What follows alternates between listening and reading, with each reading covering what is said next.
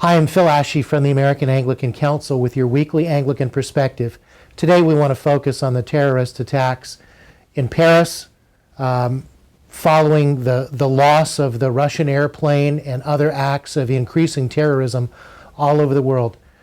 In spite of the feelings that we have, fear, anger, horror at the kinds of absolutely cruel acts of violence inflicted on innocent civilians in the most unspeakable ways. As Christians, we're drawn back to that unspeakable act of violence that was committed against our Savior as he was dying on the cross. And the very first thing that he said on the cross, in the face of that violence and that unspeakable cruelty that was being thrown at him as he was crucified, he said in Luke chapter 23, verse 34, Jesus said, "Father, forgive them, for they do not know what they are doing." This he did in spite of the fact that these people knew exactly what they were doing. On the one level, as Roman soldiers, they'd done this many times. They were hardened. They were as insensitive and as brutal as the terrorists that killed 129 civilians in Paris. And yet Jesus had it within him, in his heart, to recognize they did not know what they were doing. They were lost. And Jesus speaks a word of profound understanding about this problem that we are facing all over the world, and that is that it is not a problem of who has the best rocket launchers and those vigilant police force.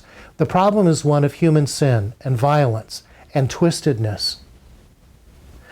And the only answer to that is Jesus.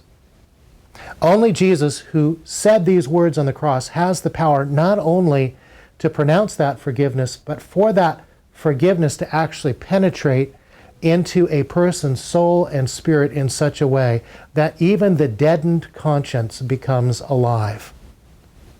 And so what we as Christians have to do in response, in the midst of the feelings of fear and anger and retribution that comes so naturally in the wake of something like this, is to say, what can we do to reach such people with the transforming love of Jesus Christ?